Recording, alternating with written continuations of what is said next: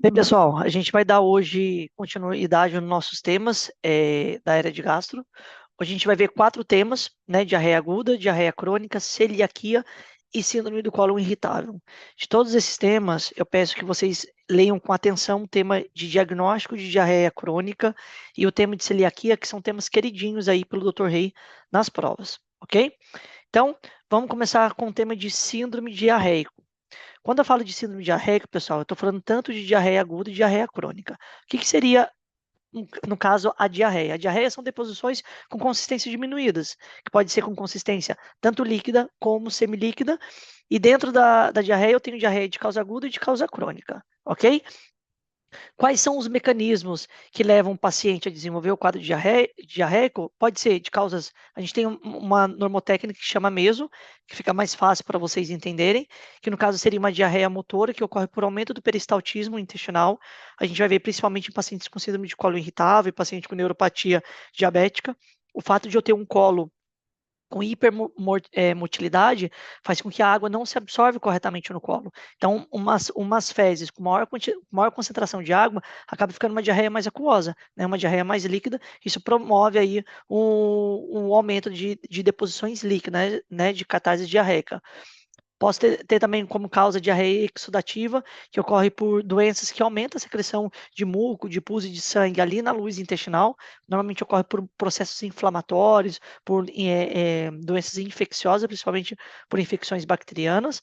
Pode ser, no caso, uma diarreia secretora, que ocorre por inibição de reabsorção do íons e ocorre por uma secreção excessiva de íons pela mucosa intestinal. Então, às vezes, quando tem uma lesão, uma lesão ou uma inflamação desse enterocito, o enterocito ele perde sua capacidade de reabsorver esses íons. Então, os íons eles se acumulam na luz intestinal e ele acaba arrastando água. E a diarreia osmótica, que normalmente ocorre por um excesso de soluto que está ali na luz intestinal, e o excesso de soluto acaba arrastando água e promove essa diarreia aguda no paciente. Dentro da classificação de diarreia, pessoal, eu tenho diarreia aguda, diarreia persistente e diarreia crônica. Diarreia aguda é aquele paciente que apresenta um quadro de catarse diarreica com menos de 14 dias, né, de 14 ou menos dias de apresentação desse quadro. Diarreia persistente é o paciente de 14 a 29 dias e diarreia crônica é o paciente com mais de 30 dias de diarreia, né, de evolução. Só toma cuidado porque no livro do Dr. Rey, ele diferencia que diarreia aguda é aquele paciente que apresenta uma diarreia por menos de 15 dias e crônico por mais de 15 dias. Então, vocês já sabem, para a prova do Dr. Rey, vocês vão levar a informação que está no livro, né? A definição de diarreia aguda é uma diarreia menor de 14 dias e diarreia crônica é uma diarreia maior a 15 dias. Se vocês forem tomados dentro do hospital, vocês vão com a informação atualizada, que essa é a informação que está aí em todos os livros e em todos os consensos. Perfeito? Pessoal, diarreia aguda. Diarreia aguda é o quadro de diarreia que vocês mais vão ver ali durante o atendimento de vocês, quando vocês acabam de sair aí na formação. É o típico quadro do paciente que ingressa no pronto atendimento com quadro de diarreia aguda, ok? Diarreia aguda, eu tenho que pensar em duas causas principais, de causas infecciosas e causas não infecciosas. Dentro das causas infecciosas, a mais comum é de infecção viral. Por isso que a maioria dos casos de diarreia aguda a gente não utiliza antibiótico. O tratamento é sintomático, porque a maioria das causas são virais. E é muito comum até ali mesmo durante o atendimento com o paciente, a gente perguntar para o paciente se alguém mais da casa está com o mesmo quadro. Porque se está, por exemplo, o paciente, a mãe, o filho, o mesmo grupo familiar ali, a gente já sabe que isso daí é uma infecção viral, né? As principais vírus que causam aí a diarreia aguda no paciente, a gente tem rotavírus, tem adenovírus, tem enterovírus, são os principais agentes etiológicos que pode provocar um síndrome diarreico no paciente. A gente tem de causa também por toxina bacteriana, como por exemplo, Campylobacter pylori, a cólera, pode ser por parásitos, como Giardia, Entamoeba histolítica, pode ser por fungos, que a gente vai ver principalmente em pacientes imunodeprimidos, e diarreia do viajeiro, que é aquela diarreia que ocorre em pacientes que modifica a sua ingesta de água potável ou modifica o consumo de alimentos, às vezes alimentos contaminados, e como a flora intestinal, nossa, tá cheio de bactérias boas, né? Às vezes essas bactérias boas não se adaptam a esse tipo de alimento e provoca aí uma diarreia que é autolimitada. ok? E dentro das causas não infecciosas, seriam as outras causas que não tem nada a ver com nenhum agente etiológico. Então, pode ser por fármacos, pode ser a diarreia de causa de pacientes com HIV, pode ser por diarreia por alcoolismo. Vocês podem observar que quando a gente toma muito álcool e fica naquela ressaca no outro dia, é muito comum a gente ter uma irritação intestinal e ter quadro de diarreia. Perfeito? Manifestação clínica que o paciente vai apresentar, muitas vezes é aquele dor abdominal, de tipo cólico, aumento do peristaltismo, aquela diarreia aquosa, né? Dentro dessa diarreia é sempre muito importante a gente indalgar para o paciente a característica dessa diarreia, se é uma diarreia com muco, com sangue ou com pus, porque aí já me fala de um quadro de dissenteria, né? Que é essas fezes com sinais de infecção. O paciente pode apresentar vômitos. Quando a gente tem diarreia associada a vômitos, a gente está frente a um quadro de gastroenterite, ok? E por que isso daí acontece? Porque o paciente, quando ele tem uma diarreia aguda, ele perde muito bicarbonato. Então, o fato de ele perder bicarbonato faz com que o paciente fica ácido. E aí o nosso próprio organismo vai fazer com que o paciente vomita para expulsar o ácido clorídrico. Então é meio que uma forma de compensação. Eu perco bicarbonato, eu fico ácido e o meu organismo vai promover os vômitos para me jogar ácido clorídrico para fora e manter o meu equilíbrio do meu pH sanguíneo, ok? Por isso que muitas vezes quando eu tenho paciente com diarreia e vômito, eu estou frente a um quadro de gastroenterites. Agora, se meu paciente só tem diarreia, aí é só diarreia mesmo, ok? O paciente pode apresentar quadro de distensão abdominal, flatulência, que é aumento de gases, e pode ter quadro de desidratação. Paciente que às vezes, muito importante ali durante a anamnese mesmo do paciente, a gente perguntar para o paciente quantas vezes ele foi ao banheiro e quantas vezes ele vomitou. Porque se o paciente foi, por exemplo, não, doutor, só em menos de uma hora eu fui 7, 8 vezes no banheiro, ou eu não estou tolerando nada por via oral, é importante eu ficar atento à semiologia do meu paciente, se ele tem quadro de desidratação. Então, sempre verificar o plegue cutâneo, verificar a mucosa do paciente para verificar se tem sinais de sequidade, porque se o paciente não tolera nada por via oral, que é muito comum, né? Às vezes o paciente toma até água e vomita devido ao quadro dessa irritação, já é um paciente candidato a fazer uma hidratação parenteral ali na unidade de pronto atendimento, ok? Se o meu paciente tem uma diarreia bem intensa e é uma diarreia que eu não consigo tratar, meu paciente pode se complicar com quadro de desidratação, com quadro de hipovolêmia, choque hipovolêmico, sepse, hipopotassemia. Né? Por que eu tenho hipopotassemia? Porque eu também estou perdendo potássio pelas fezes. Quando eu tenho um quadro de diarreia, eu perco muito eletrolitos, potássio, sódio, bicarbonato. Então, isso daí acaba afetando diretamente ao meu estado metabólico. Né? O meu pH sanguíneo ali acaba sendo afetado por isso. Por isso que muitas vezes, quando a gente indica para o paciente o sais de hidratação oral, nesse sais de hidratação oral eu tenho vários componentes, como potássio, sódio, para mim repor esses eletrolitos no meu paciente. Sem eletrolitos, nosso coração não funciona, né? Nosso miocardiocito ele não tem a entrada de sódio, potássio dentro da célula para fazer contração. Então, por isso que é importante a gente manter o balanço hidroeletrolítico ativo para que a nossa célula possa funcionar perfeitamente.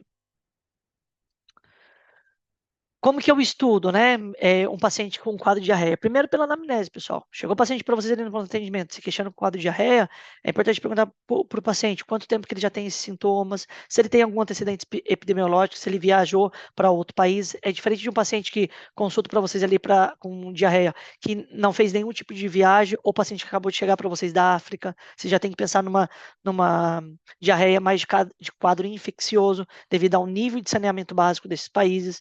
Se o paciente já teve esse tipo de quadro antes, o paciente faz algum consumo de fármaco, a característica da diarreia, tem sangue, tem muco, tem pus, por quê? Porque aí eu já estou falando de um quadro de dissenteria. Fazer o exame físico do paciente bem detalhado, tocar o abdômen do paciente, verificar se tem distensão abdominal, se tem reação peritoneal, verificar se o paciente tem sinais de desidratação, verificar a língua, verificar a pele do paciente, ok? Pessoal, esses estudos que eu vou solicitar para vocês, não é comum em guarda, tá? Né? Eu não vou sair solicitando exame macro e microscópio da matéria fecal para todos os pacientes. Só vou solicitar se realmente for necessário. A gente sabe que a maioria das causas da diarreia é de causa viral. Então, normalmente o diagnóstico é clínico e o tratamento é de suporte. né, suporte com pauta de alarme do paciente. Porém, se eu tenho uma diarreia aguda e o paciente requer internação ou é um paciente imunodeprimido, aí eu tenho que estudar esse paciente com exames complementares, ok? E que exames são esses? Eu posso solicitar o exame macromicroscópico da matéria fecal, que aí o que vai informar se eu tenho a presença de leucócito na matéria fecal, que me fala mais de uma etiologia infecciosa. Posso solicitar um coproparasitológico, principalmente em pacientes que apresentam diarreia por mais de 2 semanas, né? Normalmente aquele paciente com diarreia persistente. Se eu vejo que o meu paciente está tendo muito quadro de náuseas e vômitos, eu tenho que fazer uma gasometria arterial para me descartar que meu paciente não esteja com uma acidose metabólica. Por quê? Porque lembra que eu falei, meu paciente, quando ele tem quadro de diarreia, ele está perdendo muito bicarbonato, então ele pode ficar ácido, e às vezes o paciente ácido pode fazer depressão respiratória, e eu tenho que repor esse bicarbonato no paciente o mais rápido possível. E eu também posso solicitar serologia de HIV, se caso eu suspeito que meu paciente tem HIV, né? Se meu paciente durante a anamnese interroga, fala que o paciente tem uma vida promíscua, não faz uso de preservativo, eu também posso levar a pensar que meu paciente aí esteja imunodeprimido e solicitar uma serologia para HIV. Mas lembrando, se necessário, os estudos complementares não são necessários para todos os pacientes que ingressam por guarda por um quadro de diarreia agudo, pessoal. Pelo amor de Deus. Não levem isso daí para vocês. Eu sei que muitos de vocês não estão ainda dentro do hospital, não estão acompanhando guarda, mas leve essa informação, porque isso é o que está no livro do Dr. Rei. Depois o pessoal sai formado achando que isso é verdade. O paciente ingressou por guarda, eu tenho que pedir um exame macro e microscópio de matéria fecal. Não. Leva o bom senso de vocês para isso. Só vou pedir se realmente for necessário, se eu vejo que eu tenho que internar o meu paciente, se é um paciente imunodeprimido, se está fazendo quimioterapia, se é um paciente com HIV que não toma os retrovirais, aí sim eu vou pedir. Caso contrário, o diagnóstico é clínico e o tratamento é de suporte. Perfeito? Como é que eu trato o paciente com diarreia aguda? Como eu falei, o tratamento é sintomático e sempre priorizar a hidratação. Então, eu posso fazer a reposição via oral, se meu paciente tolera por via oral e não tem um quadro de desidratação severa, não está chocado, né, que é o choque hipovolêmico, que a gente já viu isso daí na era de cardio, eu posso optar pelo site de hidratação oral. O site de hidratação oral, pessoal, é esse saquinho aqui, ó. Normalmente a gente dilui esse saquinho em 2 litros de água e o paciente vai tomando. Qual que é a importância do site de hidratação oral? Porque além de eu fazer o aporte hídrico para o meu paciente, ele tem os eletrolitos que eu perco pela fezes. Então, o sódio, a glucosa, o potássio, entendeu? O bicarbonato que está dentro dele também. Então, o fato de eu dar o SAI de reidratação oral para o meu paciente, além de eu manter o volume hídrico dele, eu também vou conseguir repor os eletrolitos. Toma cuidado, pessoal, porque esse negócio de toma Gatorade, toma Coca-Cola, está contraindicado no caso de diarreia aguda. Porque o Gatorade e a Coca, ela tem bastante açúcar. E lembra que a gente falou que dentro da fisiopatologia da diarreia, a diarreia osmótica, por ter muito soluto, ela arrasta água. Então, acaba piorando o quadro de diarreia do paciente. O tratamento do paciente com diarreia é hidratação, é água. É água ou sais de reidratação oral. Agora, se eu estou frente a um paciente que ele não tolera nada por via oral, ele fala, doutor, eu tomo água, eu já vomito, eu não consigo nada por via oral, ou é um paciente que tem uma depressão do sistema nervoso central, porque às vezes o paciente está tão chocado, já está em choque séptico, e aí o paciente vai receber um SAI de reidratação oral, ou é um paciente que está muito hipotenso. Eu coloco meu paciente lá no corredor do hospital, né, ou na salinha, ou na enfermaria, peço para colocar uma via periférica e administro uma solução fisiológica ou um Ringer lactato que tem parecido mais ou menos a fisiologia sanguínea nossa, ok? Vou indicar para o meu paciente fazer uma dieta. Que tipo de dieta seria essa? De início, a gente vai indicar para o paciente dieta líquida. Então, o paciente pode tomar um chá, pode tomar água, pode tomar sopinha, que a gente pode indicar para o paciente, porque tem bastante aporte de eletrolitos.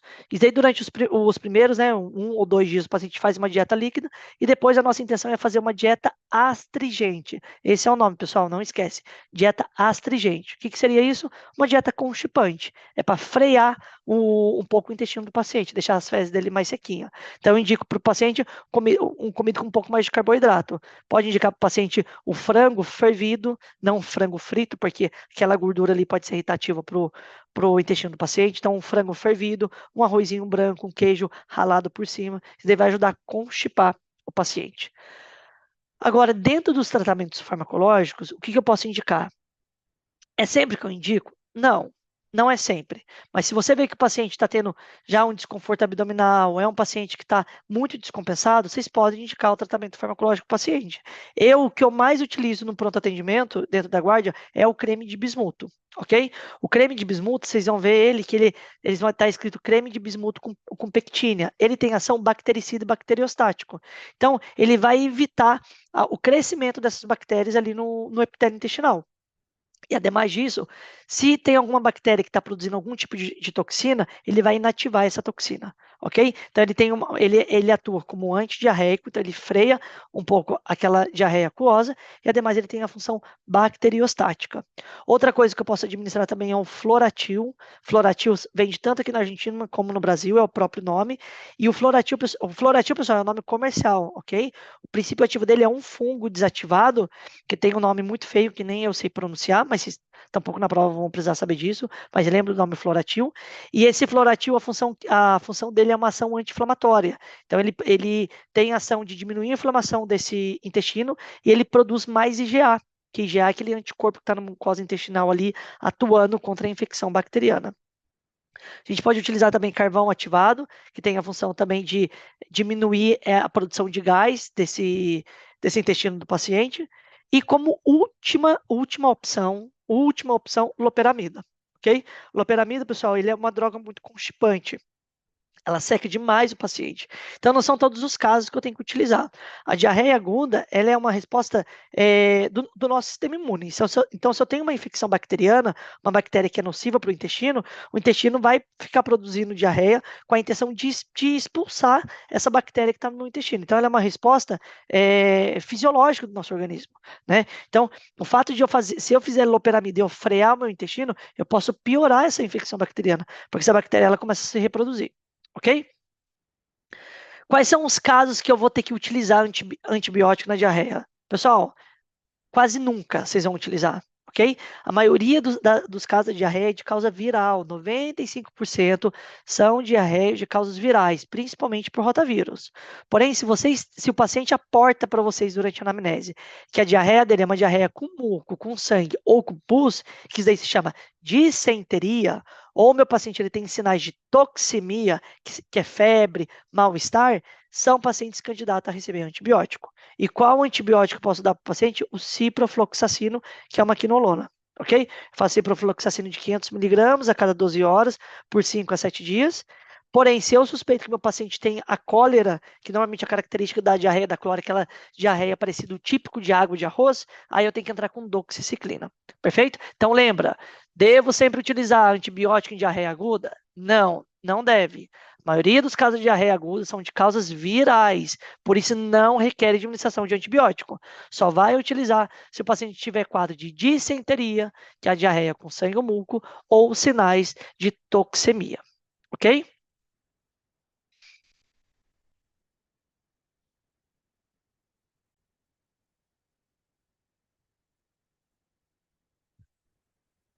Bem, pessoal, quais são os casos em que eu devo fazer a internação do meu paciente com quadro de diarreia aguda? Pessoal, aquele paciente que tem inestabilidade hemodinâmica, aquele paciente que está com choque hipovolêmico, hipertensão arterial, paciente séptico, paciente que não tolera nada por via oral, paciente idoso, pessoal, cuidado. Cuidado com o paciente idoso no pronto atendimento com quadro de diarreia, porque são pacientes que têm maior tendência à desidratação. São pacientes que normalmente não são acostumados a tomar água, né? Eles tomam muito pouca água. Então tem que ficar atento quanto a isso.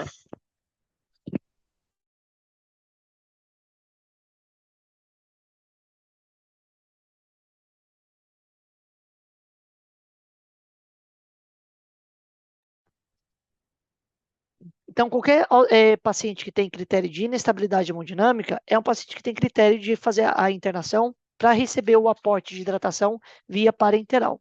Ok? Pessoal, aqui eu coloquei umas imagens para vocês dos antidiarreicos que eu falei para vocês. Então, aqui eu tenho creme de bismuto com pectina, que é o que eu mais gosto de utilizar ali durante o atendimento.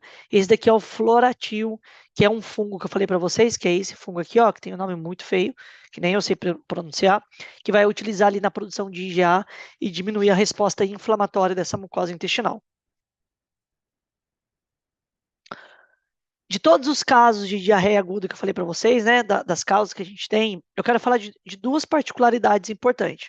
O paciente com quadro de dissenteria e o paciente com infecção por Clostridium difficile, ok? Porque são dois temas queridinhos aí que o Dr. Rei gosta de perguntar, então quero comentar um pouco de vocês sobre essa parte.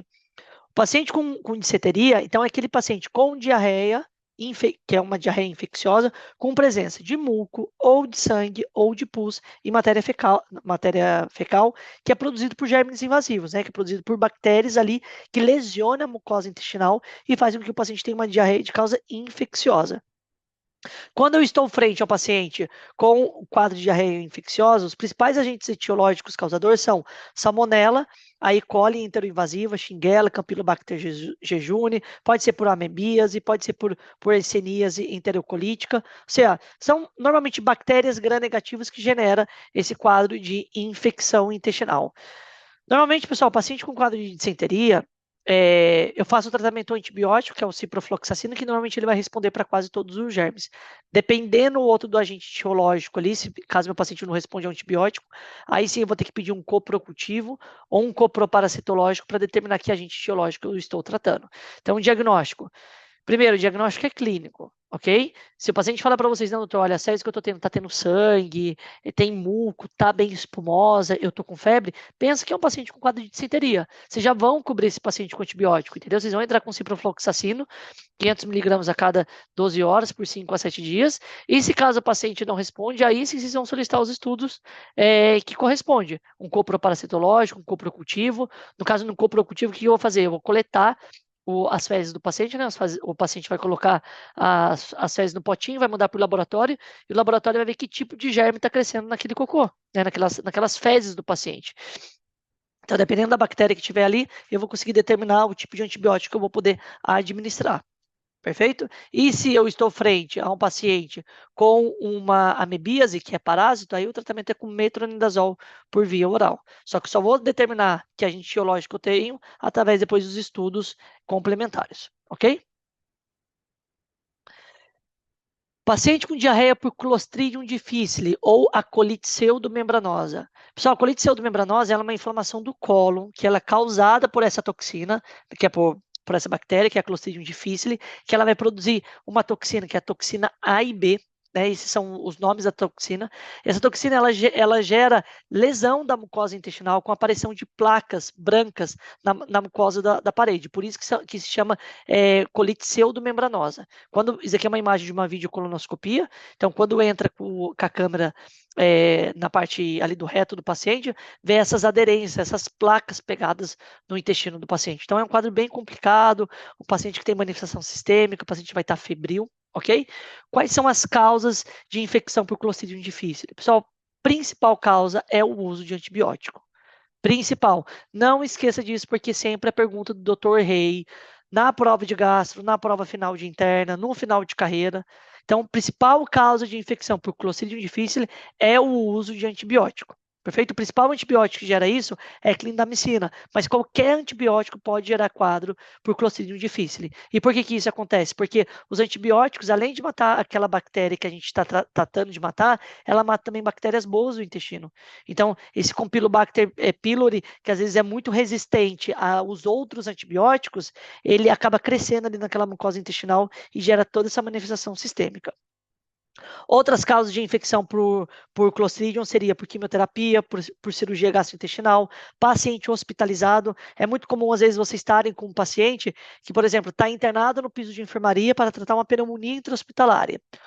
E depois de 5, 6 dias, o paciente começa com um quadro de diarreia. Como o paciente ele está hospitalizado e é um paciente que está com diarreia, vocês têm que pedir estudo de matéria fecal desse paciente. Vocês já vão pedir como estudo a solicitação de toxina A e B em matéria fecal para verificar se esse paciente está infectado com Clostridium ou não. Outra causa também é alimentação enteral e quimioterapia, principalmente alimentação enteral, tá, pessoal? Às vezes o paciente está muito tempo hospitalizado, às vezes tem algum transtorno de deglutição ou um transtorno de sensório, está com sonda nasointeral, às vezes por mais de uma semana, e acaba gerando, como fator de risco, para gerar ali uma infecção por Clostridium, perfeito? Qual a manifestação clínica? Pessoal, tipo quadro de diarreia, manifestação sistêmica, síndrome febril, tá? Como que eu estudo esse paciente? Eu vou solicitar a detecção da toxina A e B em matéria fecal associada ao cultivo. Não esqueça disso, porque sempre é pergunta de exame. Como que eu faço para diagnosticar se o paciente tem Clostridium em matéria fecal? Dosagem da toxina A e B em matéria fecal e o coprocultivo. Por que eu vou pedir o coprocultivo? Eu quero saber que realmente, se realmente é o Campylobacter, perdão, o Clostridium que está crescendo nessa matéria fecal, e através desse cultivo, eu vou determinar através do antibiograma se ele é resistente à vancomicina ou metronidazol, que é o tratamento que eu vou utilizar, ok? Então, como que eu trato o paciente? Eu vou suspender a administração de antibiótico, se o paciente estiver recebendo Clinda, amoxicilina, qualquer tipo de antibiótico que o paciente esteja consumindo, eu suspendo. Eu vou fazer um bom aporte hidroeletrolítico para o paciente com solução líquida. E os dois antibióticos que está indicado para o tratamento do Clostridium é metronidazol ou vancomicina por via oral. Pessoal, a única indicação que eu tenho para utilizar vancomicina por via oral é no tratamento de Clostridium difficile, ok? A maioria dos outros casos, a vancomicina é via endovenoso. Então, lembra disso. O único caso que está indicado eu fazer vancomicina por via oral é em caso de Clostridium difficile, perfeito? E lembra, fator de risco principal é o paciente que faz consumo de antibiótico, às vezes por longa data, perfeito? Bem, pessoal, agora a gente vai falar de diarreia crônica, ok? A gente terminou, no caso, o assunto de diarreia aguda, que é aquela diarreia que é causada por menos de 14 dias, e agora a gente vai falar de diarreia crônica. Diarreia crônica é aquela diarreia que ocorre com mais de 30 dias de evolução. Quando eu estou frente a um paciente com quadro de diarreia com mais de 30 dias de evolução, eu tenho que pensar em duas coisas. Essa diarreia é causada por uma síndrome de má absorção ou não é causada por uma síndrome de má absorção. O que significa isso? A diarreia com síndrome de má absorção, pessoal, são diarreias que ocorrem devido a uma debilidade, uma deficiência na absorção dos alimentos por qualquer órgão ali que seja afetado. Para que ocorra a digestão dos alimentos ali no meu intestino, eu tenho que ter participação do pâncreas, participação da vesícula para liberar a, a bilis, eu tenho que ter participação do intestino, onde a mucosa intestinal desse paciente está acessível para eu fazer a absorção dos nutrientes. Se qualquer um desses órgãos ele está afetado, eu vou ter alteração para fazer a absorção dos nutrientes. Né? Então, normalmente essa diarreia ela acaba ficando com muito líquido, muito nutriente, e eu posso ter o síndrome de má absorção. Então, lembra, diarreia crônica de síndrome de má absorção nada mais é do que um paciente que apresenta alteração em algum órgão que vai interferir na minha digestão de alimentos.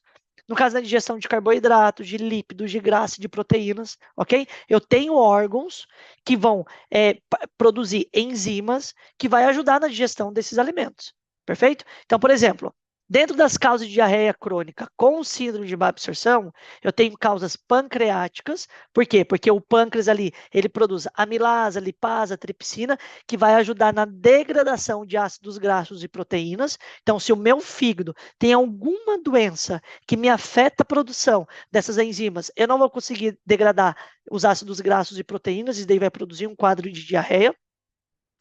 Posso ter de causas biliar, por quê? Porque a bilis, ela atua ali na emulsificação da grasa, perfeito? Então, se a minha grasa ela não consegue ser bem digerida, também vai produzir um quadro de esteatorreia, que é diarreia seguido com muita grasa, e de causa intestinal. Se eu não tenho um intestino adequadamente funcionante, que tem um peristaltismo adequado, que tem uma superfície que permite a absorção dos nutrientes, também vai gerar uma debilidade ali da capacidade absortiva da mucosa intestinal. Então, o paciente ele acaba não absorvendo água e o intestino também é o local de maior absorção de vitaminas hidrossolúveis e lipossolúvel. Então, muitas vezes, o paciente com diarreia crônica, com síndrome de má absorção, também vai ter deficiência de vitaminas, né? Se, no caso, a causa é intestinal. Perfeito? Então, pessoal, é isso que eu quero que vocês levem um grande para o estudo de vocês. Quando eu falo de diarreia crônica com síndrome de má absorção, vocês têm que pensar que existe algum órgão que atua na digestão do alimento que não está funcionando. Quais são os 3 órgãos principais? Pâncreas, vesícula biliar e o intestino. Ok? Saiba das causas, pessoal. Eu não vou ficar lendo um por um aqui para vocês, porque isso aqui é pura memória, pura decoreba, certo? E o rei ama perguntar isso daqui na prova. Ah, cite 5 causas, 10 causas de diarreia com síndrome de má absorção. Então, dê uma lida. Eu sei que é chato, é memória, mas lembra das patologias que afetam cada órgão, que vocês não vão ter dificuldade. Ok? Por exemplo, nas causas pancreáticas, pensa em pancreatite, pensa em insuficiência pancreática, em carcinoma pancreático. Nas causas biliares, cirrose biliar primária, colangite esclerosante, carcinoma de via biliar, parasitose na via biliar, de causa intestinal, doença celíaca, que é um dos temas que a gente vai abordar hoje, na enfermidade de Crohn, que é uma doença inflamatória intestinal, a déficit de lactase, você não tem a enzima lactasa para ajudar ali no metabolismo da lactosa, o paciente acaba gerando uma diarreia crônica e o sobrecrescimento bacteriano, que é outro tema que a gente vai abordar, ok? Então, dê uma lida nas causas de diarreia com síndrome de má absorção, porque o Dr. Reis sempre gosta de perguntar na prova. Mas para não ficar aquela coisa de memória, pensou em diarreia com síndrome de má absorção, pensou que tem algum órgão que atua ali na digestão de alimentos, de graça, proteínas, hidratos de carbono, carboidratos, que não está funcionando. Então, vai acumular essas enzimas, essas vitaminas, esses componentes nas fezes, a fezes vai ficar muito mais pesada, cheio de soluto, eu vou arrastar a água e vai ter o quadro de diarreia aguda. Perfeito? Bem, pessoal, vamos lá. Então, é esse desenho que eu quero que vocês levam para a prova de vocês, para o estudo de vocês de diarreia com síndrome de má absorção, porque é exatamente isso que eu acabei de falar para vocês. Eu tenho afetado a minha vesícula biliar. Se eu tenho alguma doença gástrica, lembra que no estômago a gente tem a produção de lipase gástrica, certo? Se eu estiver afetando o meu pâncreas, o meu intestino, ou o meu cólon, pessoal, qualquer alteração de um desses tecidos, eu vou ter uma síndrome de má absorção. Não vai absorver diretamente os nutrientes e o paciente vai ter o quadro de diarreia, ok? Bem, qual que seria a manifestação clínica do paciente com uma diarreia crônica com síndrome de má absorção? Pessoal, normalmente o paciente ele não tem dor abdominal, tá? Vocês vão ver, normalmente o paciente com diarreia crônica, ele não tem dor abdominal, distensão abdominal, gases. É aquele paciente que só tem diarreia. Mas muitas vezes o paciente ele tem diarreia e ele pode ter perda de peso, porque os nutrientes não estão sendo absorvidos. Então é um paciente que está perdendo muito de peso, ok? Fiquem atentos em pacientes maiores de 40 anos, desculpa, 40, 45 anos, com perda de peso para vocês associarem câncer de cólon, ok? Não esqueça disso. Em patologias tumorais, o paciente pode cursar com perda de peso associada à diarreia. Perfeito?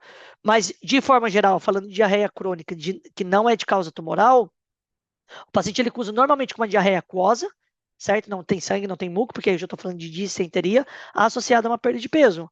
E como ali o meu intestino é um local de absorção de vitaminas lipossolúvel e hidrossolúvel, meu paciente também pode ter algum transtorno devido à deficiência da absorção de vitaminas, ok? Então, se meu paciente tem, por exemplo, deficiência da absorção de vitamina A, o paciente pode ter problema de visão. Se meu paciente tem alteração de vitaminas K, o paciente pode ter problema de coagulação. Lembra dos fatores K dependentes, 2, 7, 9, 10.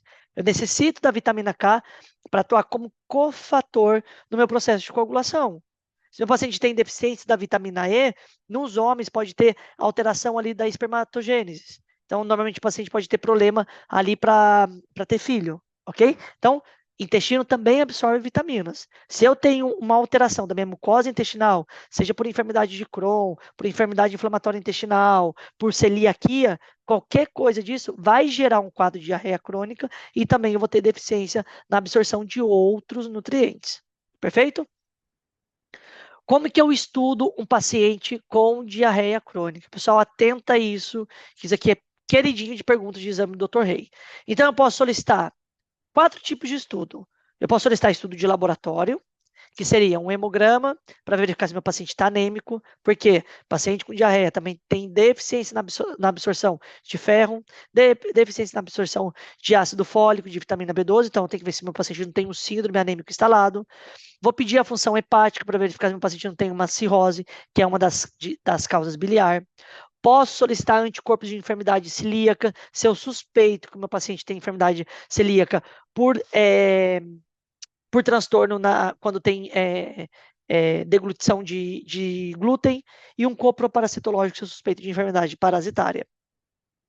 Eu posso fazer avaliação da minha matéria fecal. Então, dentro dos estudos, eu posso solicitar coloração de Sudan, prova Van de Kammer, dosagem de quimiotripsina, dosagem da elastase fecal, dosagem do clearance de alfa-1 antitripsina fecal. Fica tranquilo, calma, não surta, que a gente vai falar de uma dessas provas aqui, que são as mais importantes para o exame, igual cada prova dessa está no apunte que eu estou disponibilizando para vocês, está bem explicadinho. Perfeito?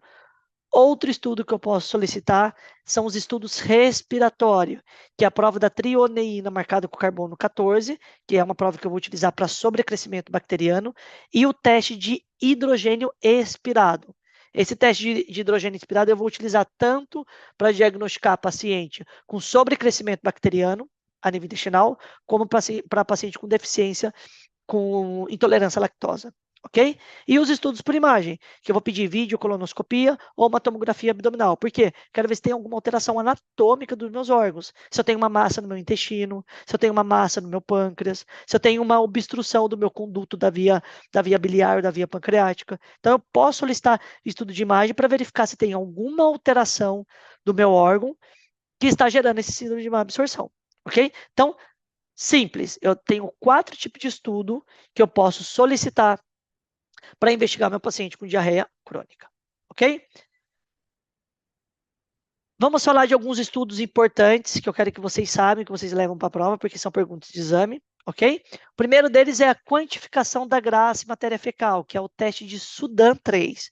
O que significa isso, pessoal? O paciente ele vai tomar uma amostra da matéria fecal, essa matéria fecal ela vai para o laboratório e é colocada uma coloração de Sudan, que é uma tinta azul que vai nas fezes, e essas fezes ela vai a nível do microscópico. Quando o paciente ela tem grasa em matéria fecal, esse Sudan fica pegado na matéria fecal. Então, através da microscopia, consegue determinar se a coloração de Sudan é positiva ou não, e aí me fala mais de que o paciente ele tem um quadro de esteatorreia. Outra prova muito importante, que é a pergunta de exame sempre, é a prova Van de Kammer. O que significa a prova Van de Kammer? A prova Van de Kammer, eu quero diagnosticar se um paciente tem esteatorreia, ou seja, se tem gordura naquelas fezes. Como que o paciente vai fazer esse estudo? Durante 3 dias, o paciente ele vai fazer uma dieta rica em grasa, e durante 3 dias, todas as fezes do paciente vai ser coletado. Em nenhum momento o paciente vai descartar essas fezes no vaso sanitário. Ele vai coletar dentro de uma bolsinha e vai mandar para o laboratório 3 dias de fezes, ok? O que o laboratório vai fazer? Ele vai pegar esses 3 dias de fezes, ele vai misturar essas fezes e vai pegar uma pequena amostra para analisar a quantidade de grasa que tem nessa amostra. Se eu tenho mais de 6 gramas de grasa em matéria fecal, eu confirmo o meu diagnóstico de esteatorreia, ok? Outro estudo que eu posso solicitar é o clearance de alfa-1 antitripsina fecal. O que significa isso? Alfa-1 antitripsina fecal ela é uma proteína que é produzida no fígado. Lembra quando a gente falou em neumo de EPOC, que uma das causas de EPOC é a deficiência de alfa-1 antitripsina, que é produzida no fígado? É a mesma coisa aqui. Então, a alfa-1 antitripsina ela é uma proteína que é produzida no fígado e normalmente ela é absorvida 100%. Quando eu peço uma análise de alfa-1 antitripsina em matéria fecal e essa alfa-antitripsina ela está aumentada, eu falo que existe uma enteropatia perdedora de proteína. Ou seja, eu tenho alguma doença ali do meu enterocito, da minha mucosa gástrica, que está fazendo com que o meu paciente está perdendo proteína pelas fezes. Porque a alfa-antitripsina é uma proteína. Então, o paciente começa a perder a proteína ali pelo trânsito gastrointestinal, ok? De todas as provas ali do estudo de matéria fecal, eu quero que vocês fiquem atentos a esses 3, porque sempre são perguntas de exame, perfeito? Então, por exemplo, a quantificação de grasa em matéria fecal e a prova Van de Kupfer, eu vou verificar o quê? Eu quero verificar se o paciente tem esteatorreia. Então, se eu tenho grasa, o acúmulo de grasa na matéria fecal, eu tenho que verificar de onde que está vindo o problema. Será que o meu problema está vindo ali do pâncreas, que não está liberando tripsina e quimiotripsina, que não está ajudando a degradar essa grasa? Ou meu problema está lá na vesícula biliar, que não tá liberando bilis e a bilis não está fazendo emulsificação da grasa, e a grasa não está sendo absorvida? Vocês estão entendendo? Como que um estudo leva a outro? Então, se eu peço uma prova van de câmera e me sai negativo, pronto. Eu já sei que a minha absorção de graça está ok. Então, eu já posso pensar que o problema de biliar já não é, porque a gordura está sendo absorvida. Entendeu? Agora, se eu peço, por exemplo, uma prova da dosagem de quimiotripsina, de quimiotripsina e de amilasa fecal, que eu estou falando do quê? Eu estou falando da função pancreática.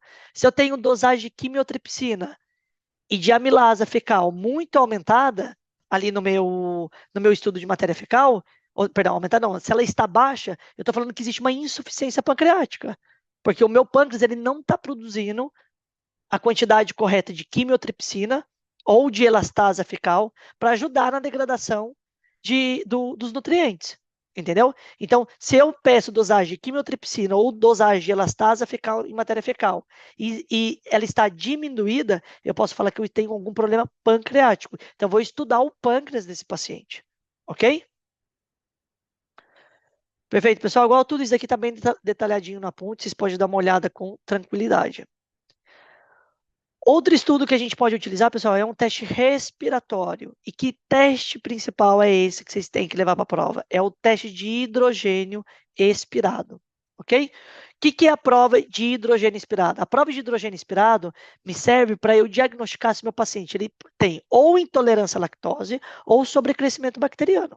Um dos dois. Essas duas patologias são causas de diarreia por síndrome de má absorção.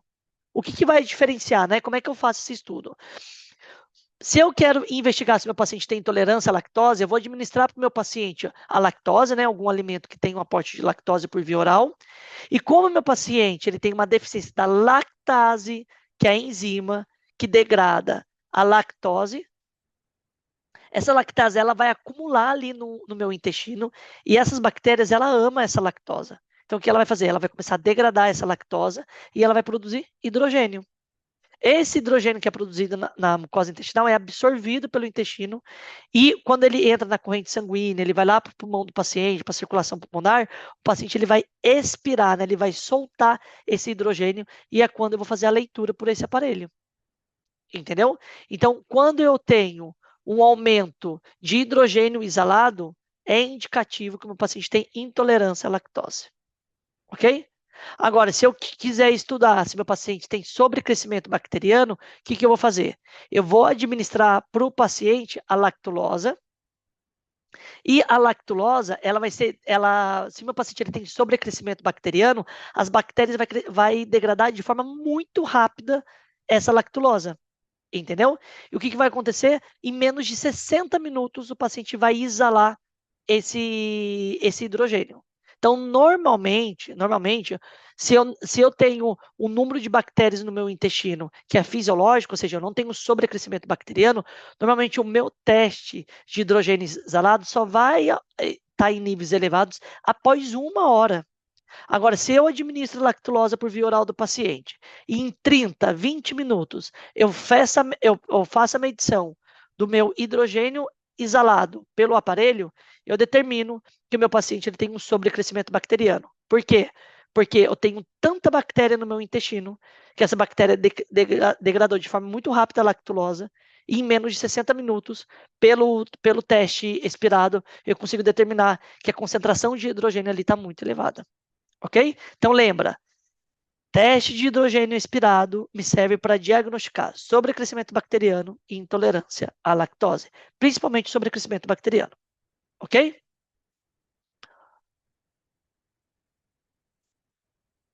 Bem, pessoal, de todas as causas ali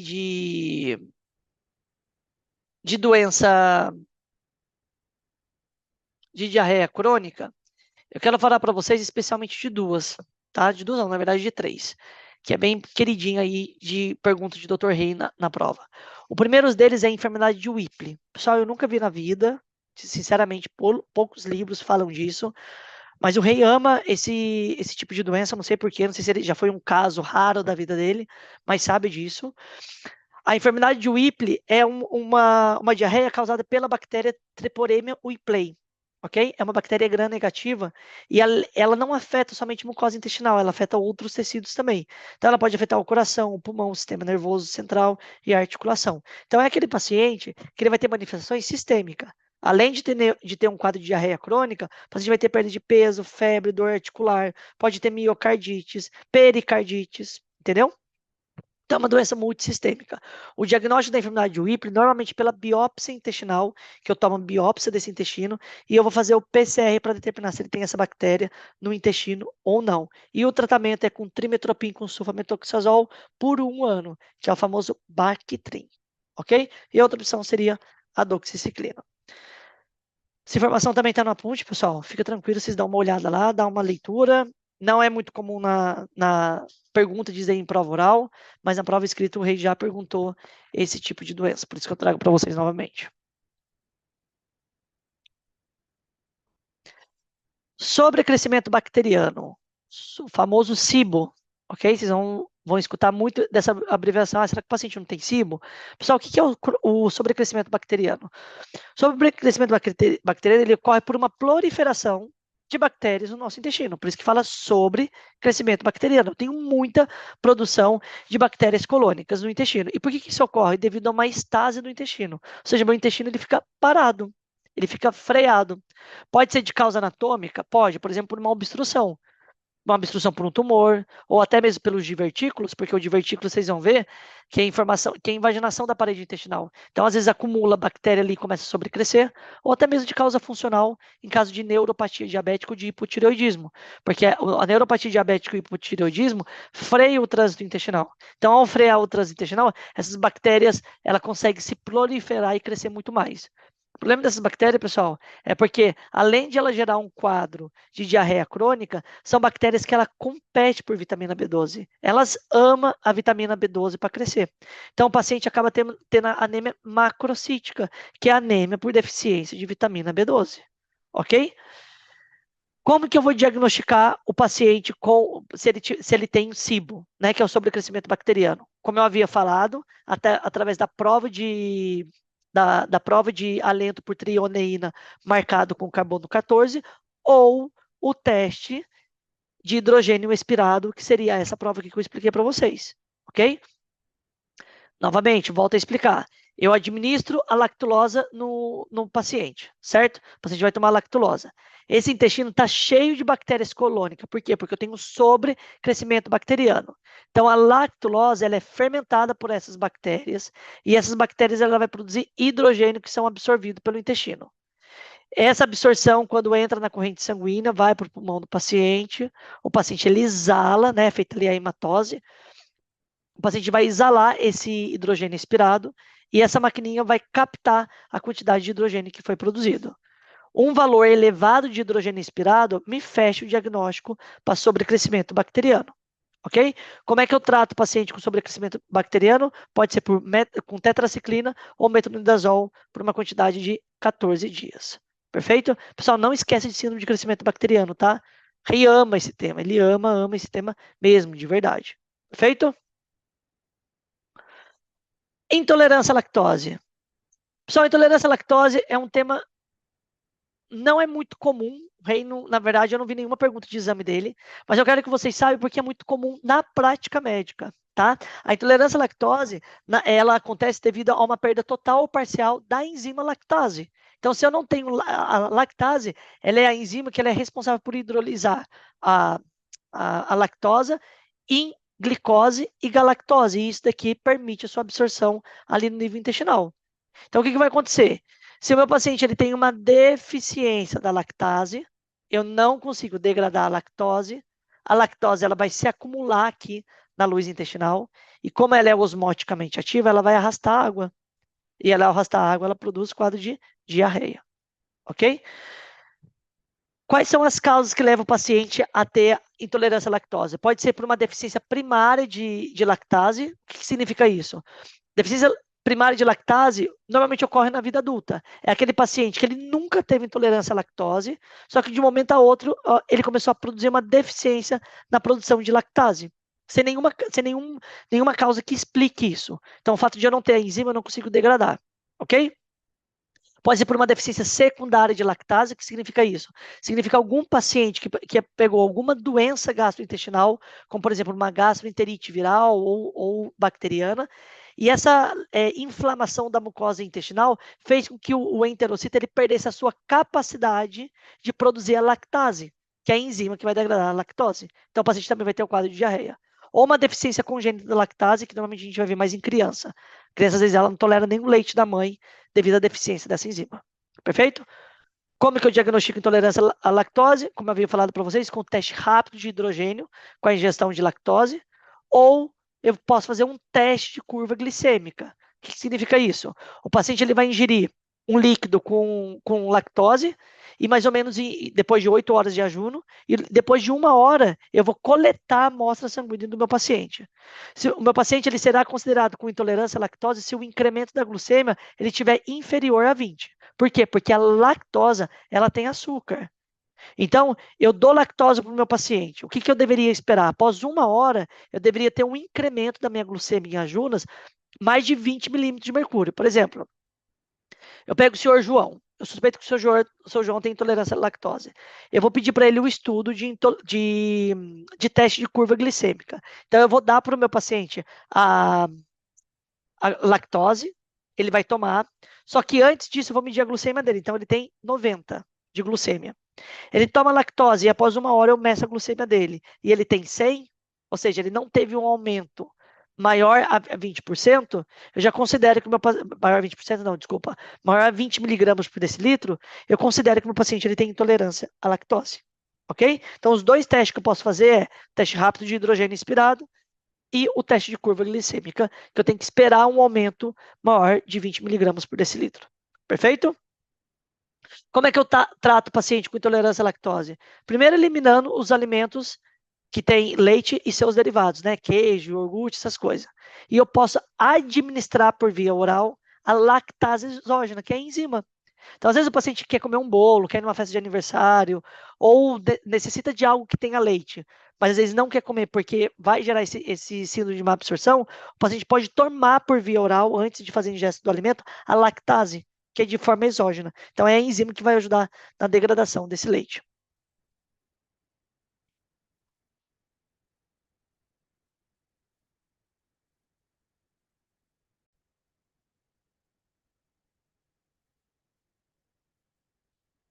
Bem, pessoal, agora a gente vai falar da diarreia crônica sem síndrome de má absorção, ok? Normalmente não essa parte de diarreia crônica sem síndrome de má absorção não é um termo muito tomado aí na prova do Dr. Rei, porque ele gosta mais do síndrome de má absorção, que é uma das causas principais de diarreia crônica no paciente.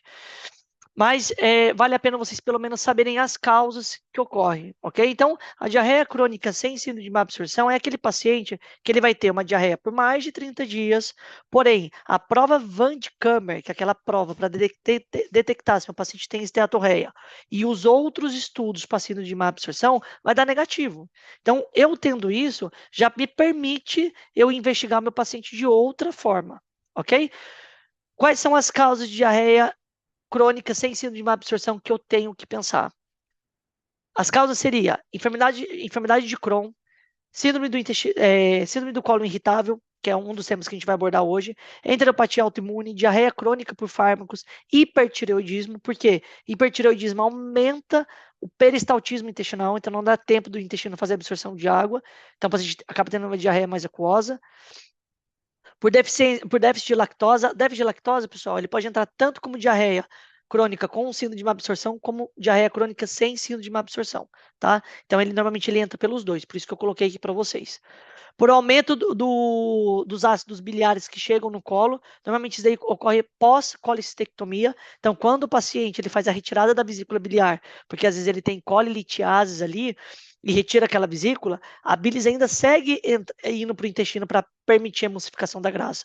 Não é porque eu tiro a vesícula biliar que eu fico sem a bilis. Não, vai ter. Só que você vai ter o gotejamento de bilis ali o tempo todo no cólon. Então, o paciente ele pode fazer diarreia pós-colicistectomia, porque o excesso de bilis que vai depositando ali, por ser osmoticamente ativa, ela acaba arrastando água e gerando um quadro de diarreia. Adenoma vexoso, neuropatia diabética autonômica, vocês vão ver isso lá na era de endócrino, que nas complicações crônicas do paciente com diabetes tem a neuropatia diabética autonômica. São pacientes que têm quadro de diarreia ou quadro de dor abdominal devido à diminuição do peristaltismo do intestinal. Então também gera esse quadro de diarreia. Colite ulcerosa, colite microscópica, alérgica, alergia alimentar e diarreia relacionado ao HIV. Ok? Como é que eu investigo o paciente com diarreia crônica sem síndrome de má absorção? Aí, pessoal, vai ser vários estudos. Primeiro, eu vou começar com as provas para descartar diarreia crônica com síndrome de má absorção. Então, prova Van de Kammer, a dosagem da elastase em matéria fecal, a dosagem de quimiotripsina em matéria fecal. Posso solicitar um coprocultivo, um coproparasitológico. Posso solicitar a dosagem das hormônios tireoide, T3, T4. Posso pedir serologia para HIV. Posso e devo, nesses casos, solicitar uma videocolonoscopia com toma de biópsia de todo o cólon. Por quê? Porque aí eu vou buscar outros tipos de doença. Tem que ver caso meu paciente não tem enfermidade de Crohn, se meu paciente não tem uma colite ulcerosa, se meu paciente não tem um câncer de cólon, ok? Então, tudo isso, todos esses estudos, eu posso solicitar para o paciente com uma diarreia crônica sem síndrome de má absorção. E como que eu trato? Aí é tratando a causa. Fica tranquilo, pessoal, porque todas as doenças que a gente falou aqui vai ser visto na área de gastro. Vocês vão ver, o rei vai falar de doença por doença. Então, eu não vou ficar aqui explicando para vocês o que é uma enteropatia autoimune, o que é uma colite ulcerosa, porque vocês vão ter aula abordando desses temas. Mas eu quero que vocês saibam diferenciar que diarreia crônica com síndrome de má absorção me fala de um paciente que tem alguma doença no órgão que permite a degradação do alimento, né? Do pâncreas, da vesícula biliar, do intestino, do estômago. Então, eu tenho alguma alteração nesse órgão que vai afetar a absorção de nutrientes. Agora, quando eu falo de diarreia crônica sem síndrome de má absorção, é aquele paciente que, quando eu faço as provas para verificar se ele tem má absorção de graça, proteínas e carboidratos, tá ok. Eu não tenho nenhum signo que aponte que meu paciente tenha esses tipos de alteração. E aí sim eu vou pensar mais em causas anatômicas. Então, eu vou ter que fazer estudo de imagem, coproparasitológico, coprocultivo, dosar hormônio do meu paciente. Perfeito? Então, eu quero que vocês levam a esse tipo de informação para o estudo de vocês, para ficar mais claro durante o estudo.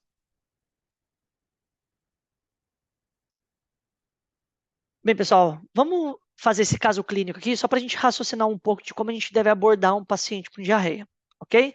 Então, eu tenho um paciente masculino de 38 anos que ele consulta por ambulatório de clínica médica por referir um quadro de diarreia com 50 dias de evolução associado à distensão abdominal. Relata que durante o dia apresenta muitos gases, ou seja, ele tem um quadro de flatulência, tendo que ir ao banho constantemente. O exame físico dele é sem particularidades.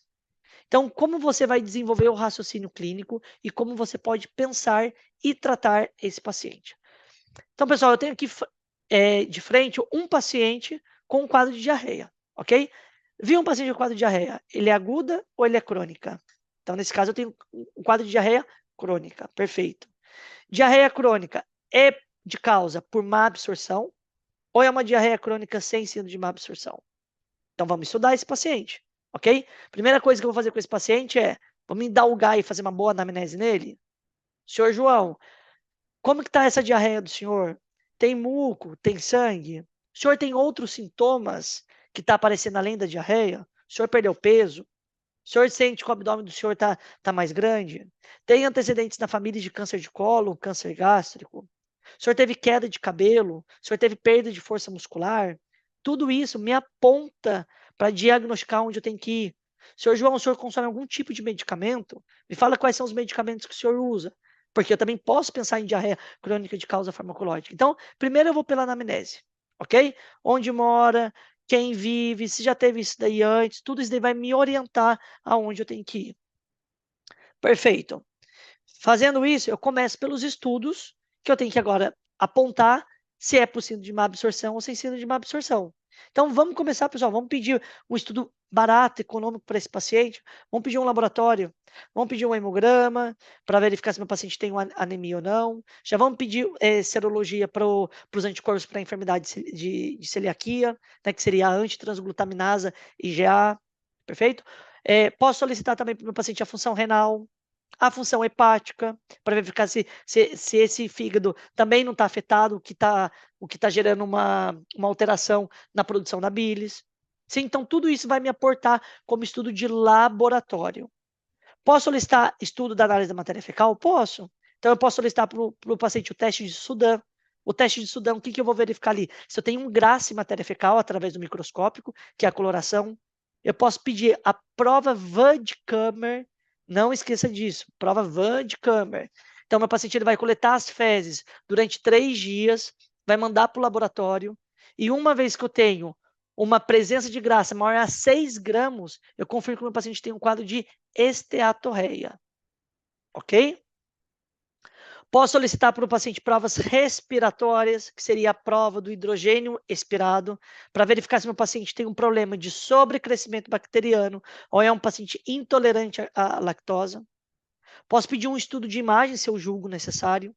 Então, posso pedir uma videocolonoscopia com toma de biópsia, para verificar se meu paciente também tem enfermidade de Crohn, se meu paciente tem uma colite ulcerosa, se tem uma massa ali no meu intestino, se é uma enteropatia autoimune. Então, todos esses estudos eu vou solicitando, lógico que eu não vou solicitar tudo de uma vez, eu vou solicitar um por um. Eu sempre começo do mais comum, sempre começo com coproparasitológico com laboratório. Recebi esses estudos, ok, tá normal, aí eu vou pedindo outros estudos, entendeu? Esse é o raciocínio que a gente vai tendo. A gente sempre começa dos quadros mais comuns, então a gente pede os estudos mais comuns, e conforme vai negativando, a gente vai pedindo outros estudos até chegar ao diagnóstico. Ok? Não é tudo de uma vez que eu já vou falar, ó, senhor João, vai fazer um coprocultivo, coparasitológico, serologia para celiaquia, vamos pedir uma tomografia abdominal, vamos pedir uma videocolonoscopia. Não, pessoal. Primeiro, quando que o paciente vai conseguir fazer isso? Principalmente no sistema público? Nunca. Entendeu? Então a gente vai por partes. A gente pede estudo para o paciente, pede para o paciente voltar novamente na consulta com a gente em 30 dias, com o resultado dos estudos em mãos. Deu negativo, a gente vai descartando outras doenças. Ok? Então, esse é o tipo de raciocínio que eu quero que vocês desenvolvam. Perfeito?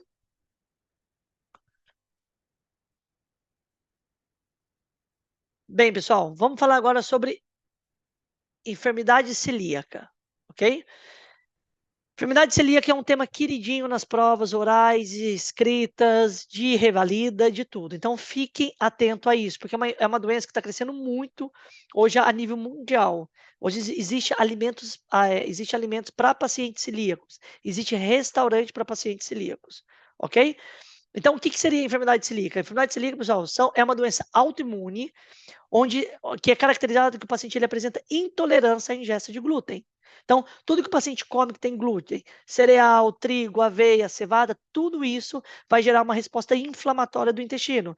Então, o paciente ele vai cursar com uma inflamação crônica do intestino, principalmente no intestino delgado, ali da região do duodeno, com atrofia vexocitária e um síndrome de má absorção. Então, esse é meu intestino normal. Tá vendo? Eu tenho os meus enterocitos aqui grandinho, que permite a absorção do alimento. Na enfermidade celíaca, na videocolonoscopia, eu tenho atrofia, hiperplásia da minha mucosa intestinal. Então, não vou conseguir absorver diretamente as graxas, as proteínas, as vitaminas. Então, isso aí acaba gerando uma diarreia osmótica no meu paciente, além de toda a alteração que o paciente vai ter, como deficiência de vitamina e deficiência de nutrientes. Ok? Então, celiaquia é uma doença autoimune, onde o paciente ele tem intolerância ao glúten. Ok?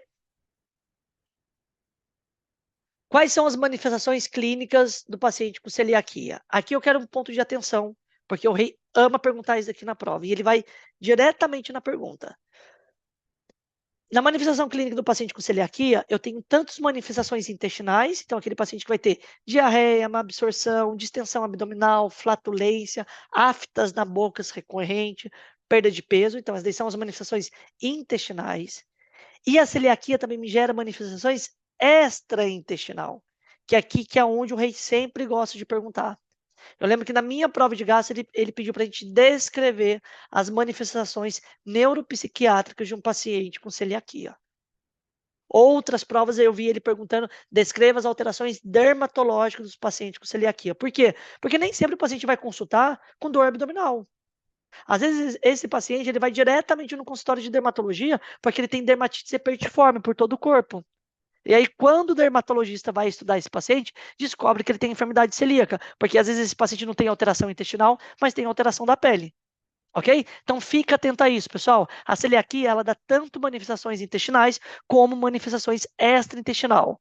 Dentro da manifestação extraintestinal, o paciente pode ter hipovitaminose e alterações hematológicas. Então é um paciente normalmente que vai ter quadro de síndrome anêmico. Pode ter uma anemia ferropênica, uma anemia megaloblástica, osteopenia e osteoporose por deficiência da absorção de vitamina D, por deficiência da absorção de cálcio.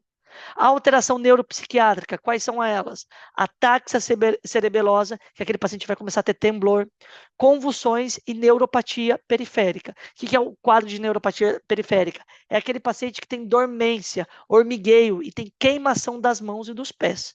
Ok? Então não esqueça das manifestações neuropsiquiátricas e dermatológicas da enfermidade celíaca, porque o rei sempre repete essas perguntas no exame.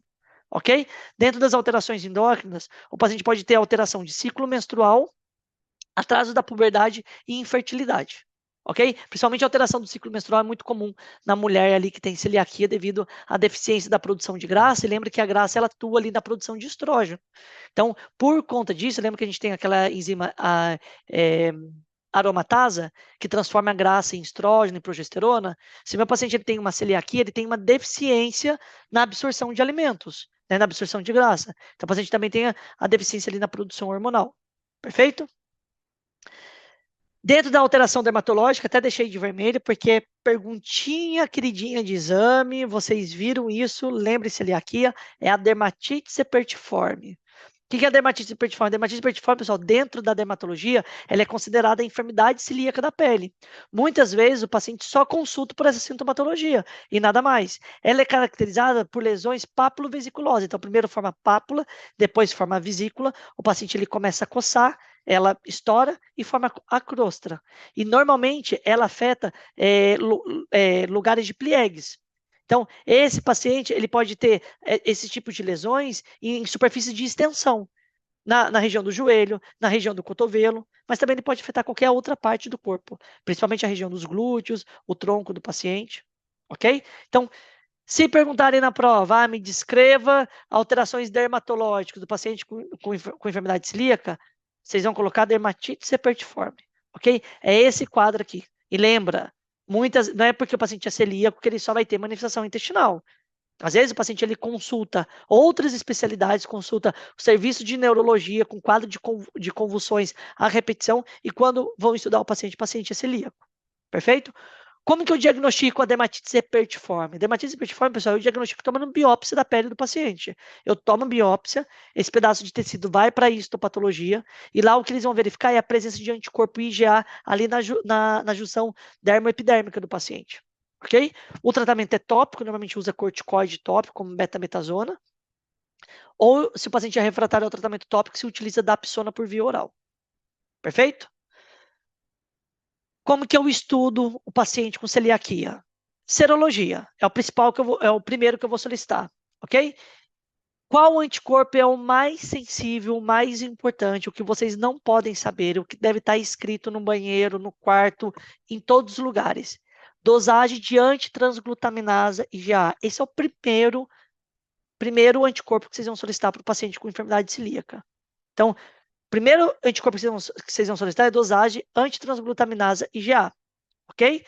Se sai positivo, perfeito. Vou solicitar uma biópsia intestinal para me confirmar o diagnóstico. Agora, muitas vezes o paciente não tem IgA. Então, eu vou solicitar os outros dois anticorpos, que é o antiendomício e antigliadina. Se sai positivo, também vou fazer a biópsia intestinal. Ok? Então, lembrando, quais são os 3 anticorpos de celiaquia que eu tenho, que eu posso dar ao paciente? Antitransglutaminase IgA, antiendomício e antigliadina. Ok? Qual que é o mais sensível? A antitransglutaminasa IgA. paciente pode ter positivo, pode ter negativo. Se ele tiver negativo, aí eu vou dar preferência para dosar o antiendomício e a antigliadina. Ok? Uma vez eu tendo a serologia positiva, aí sim eu vou partir para a biópsia. Perfeito? Eu não vou fazer a biópsia antes, eu só vou fazer a biópsia depois que eu tenho a serologia positiva. O que eu vou verificar na biópsia? Eu vou verificar que o paciente ele tem hiperplasia e atrofia das criptas. Então, histologicamente, o que eu vejo aqui são os enterocitos, bem formadinho, bonitinho, tá vendo? No paciente celíaco eu não tenho criptas, elas estão atrofiadas. Eu tenho hiperplasia de criptas. Tá vendo? Eu não tenho nada de absorção aqui. Como é que eu vou absorver nutrientes? Por isso que a enfermidade celíaca ela é considerada uma diarreia, ela provoca diarreia por síndrome de má absorção. Ok? E lembrando de uma coisa, pessoal. A hiperplasia de criptas e as trófias vexocitárias na biópsia, ela não é específica da enfermidade celíaca. Ok? Ela também pode aparecer em outras doenças. Mas o diagnóstico ele é confirmado quando o diagnóstico histopatológico ele é revertido depois que o paciente ele faz a eliminação da dieta com glúten. Então, eu faço a primeira biópsia, eu tenho atrofia vexocitária. O paciente está fazendo dieta, não está consumindo nada com glúten. Eu repito a biópsia intestinal e eu tenho enterocito, aí sim eu vou confirmar que o meu paciente tem enfermidade celíaca. Ok? Então, relembrando, primeiro eu peço anticorpo, qual que é o mais específico? Antitransglutaminase IgA. Se caso sai negativo, aí eu posso listar mais 2 anticorpos, que é o antiendomício e a antigliadina. Uma vez eu tendo a serologia positiva, aí sim eu vou pedir a biópsia intestinal ali da parte do duodeno. E o que eu espero ver? Hiperplasia de criptas e atrofia vexocitária. É específico de celiaquia? Não, não é específico. Pode aparecer nas outras doenças. Vai ser confirmado uma vez que a biópsia intestinal ela mostra novamente a presença de enterocitos ali depois que eu elimino o glúten da minha dieta. Perfeito? Quais são as complicações do paciente com celiaquia? O principal, pessoal, é o linfoma intestinal. Essa é a principal complicação que o paciente pode ter, o linfoma do intestino. E quando que eu vou suspeitar? Em pacientes que não têm uma melhora tanto dos sintomas intestinal como extraintestinal pós-eliminação do glúten da dieta. Esses são os pacientes que eu vou pensar, ok? Outras causas que eu posso ter é deficiência nutricional, osteopenia, osteoporose, posso ter síndrome anêmico, posso ter alteração do sistema nervoso central, convulsões refratárias. Tudo isso vai ser complicação da celiaquia, porque como meu intestino ele está inflamado, eu não consigo absorver bem o nutriente. Qual que seria o tratamento? Dieta livre de glúten, nada de glúten. É uma dieta preparada somente para pacientes celíacos. E eu vou repor as vitaminas e os minerais que o paciente tem perdido. Se é um paciente mais velho, maior de 50 anos, eu tenho que sempre efetuar densitometria óssea. Por quê? Porque os pacientes, depois de 50 anos nas mulheres, elas podem ter quadro de osteopenia ou osteoporose. Então, eu faço a densiometria óssea para confirmar isso e repor vitamina D e cálcio se necessário.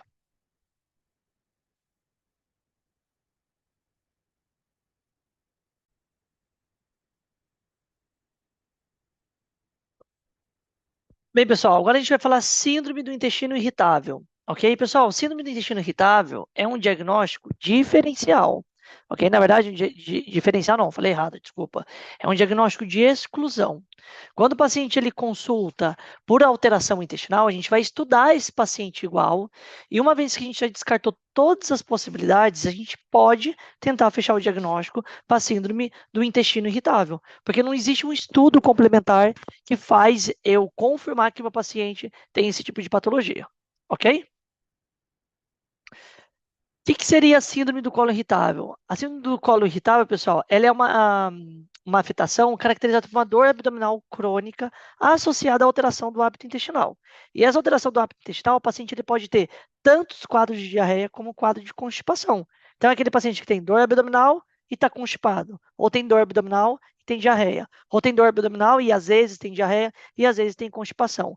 Ela está associada aos fatores emocionais e afeta principalmente as mulheres. Por isso que eu trouxe essa imagem aqui, ok?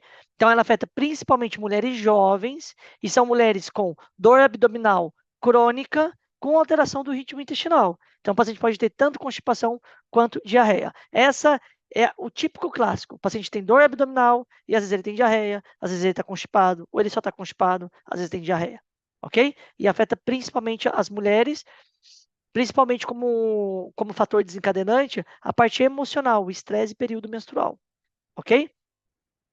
A fisiopatologia, pessoal, da síndrome do colo irritável, ela é multifatorial, né? Normalmente são pacientes que têm alteração da motilidade intestinal, uma hipersensibilidade desse intestino e distúrbios psicossomáticos que fazem com que o paciente tenha afetação da mucosa intestinal, gerando quadro ou de diarreia ou de constipação. Igualmente, essa fisiopatologia também é incerta, alguns livros falam isso, outros livros falam de outra maneira, mas de forma geral é uma doença multifatorial. Ela tem tantos a alteração da mucosa intestinal, da motilidade, como da parte psicossomática do paciente. Ok? Qual que é a manifestação clínica? Dor abdominal e alteração do ritmo intestinal. Então, o paciente pode ter ou diarreia ou constipação. Atenção com uma coisa, pessoal, não gera manifestação sistêmica, como perda de peso. Então, quero que fique claro isso daí para vocês, ok? Isso é o diagnóstico diferencial que fazem a gente pensar em outras patologias e não síndrome do colo irritável. Uma coisa é o paciente que tem diarreia com perda de peso, com hipovitaminose, com manifestação extraintestinal, e o paciente só tem dor abdominal e diarreia, mas não tem manifestação sistêmica. Se ele não tiver manifestação sistêmica, acione o alarme para vocês de pensar em síndrome do colo irritável, ok? Como é que eu estudo o paciente? Em pacientes jovens que não têm sinais de alarma, não requer estudo complementar, ok? Normalmente o diagnóstico vai ser clínico. Agora, se o meu paciente ele tem sinais de alarma, principalmente pacientes maiores de 45 anos, ou é paciente que teve perda de peso, está com anemia ferropênica, ou o sangue oculto em matéria fecal do meu paciente saiu positivo, aí eu vou ter que estudar esse paciente mais avançado.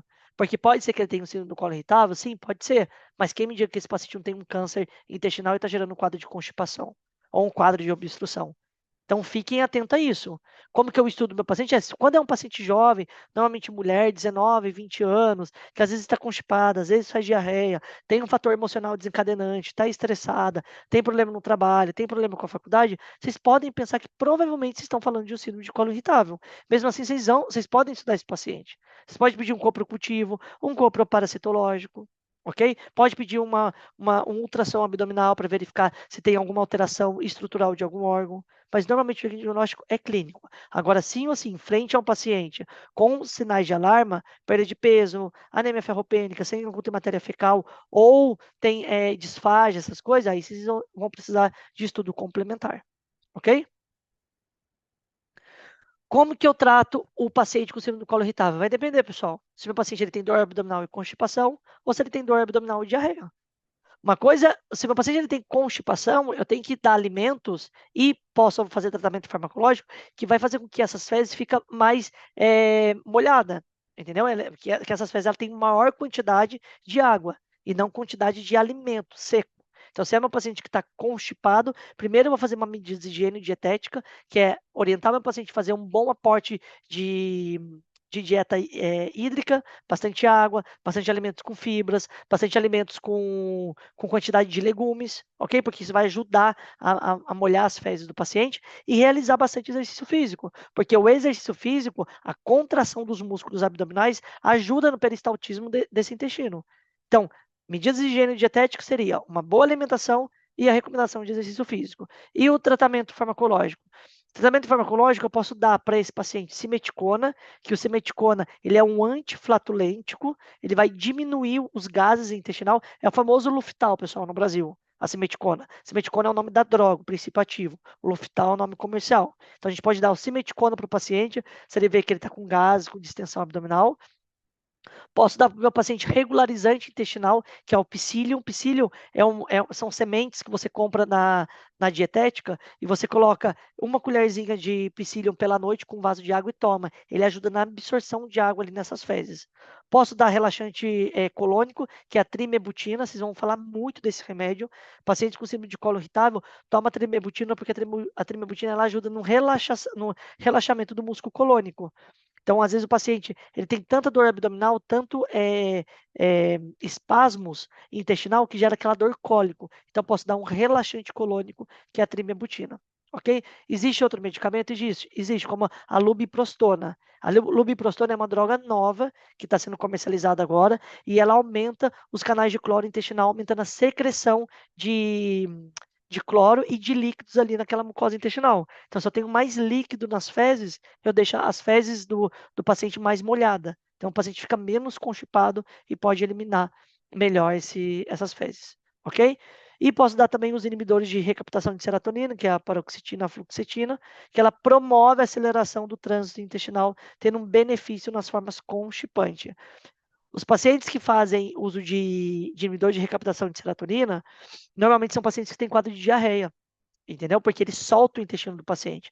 Então, se eu estou dando tratamento farmacológico, mas o meu paciente ele não responde ao tratamento e é um paciente muito ansioso, estaria perfeito eu entrar com um inibidor de recaptação de serotonina, porque além de eu melhorar a parte psicológica do meu paciente, eu consigo gerar um pouco aumentar a quantidade de líquido nessas fezes e diminuir o quadro de constipação. Ok? Então, esse é o tratamento do paciente com síndrome de cólon irritado, mas predomina constipação. Então, o paciente está constipado, dificuldade de ir no banheiro. Às vezes são pacientes que vai no banheiro 2 vezes na semana, ok? Tem distensão abdominal, tem bastante gases. Então, eu tenho que orientar medidas não farmacológicas e medidas farmacológicas. Porém, também eu posso ter pacientes com cólon irritável de predomínio de diarreia. O que eu vou ter que fazer? Tratar a diarreia. Então, eu posso dar os relaxantes colônicos, a trimebutina ou a meberida, que vai ajudar a frear esses espasmos colônicos, ou então até dar mesmo um antiespasmódico, que é a buscapina, e a loperamida, que vai frear esse trânsito intestinal, ok? Então, paciente que tem quadro de diarreia, eu posso usar uma dessas 3 drogas para frear. Principalmente delas, pessoal, trimebutina. Lembra dessa droga? Trimebutina, vocês vão ver muitos pacientes ingressando na guarda e falando, doutor, olha, eu tomo esse remédio, é trimebutina. Tampouco existe estudos 100% que explica a ação farmacológica da trimebutina. Tem instituições que falam que a trimebutina é recomendada, tem outros que falam que não. Então, assim, existe uma diversa. Mas na literatura é citada a trimebutina como um dos tratamentos do síndrome do colo irritável. Ok? Bem, pessoal, a nossa aula finaliza por aqui. Espero ter ajudado vocês. Todas as informações estão no nosso apunte. Qualquer dúvida e consulta, estou à disposição. Muito obrigado.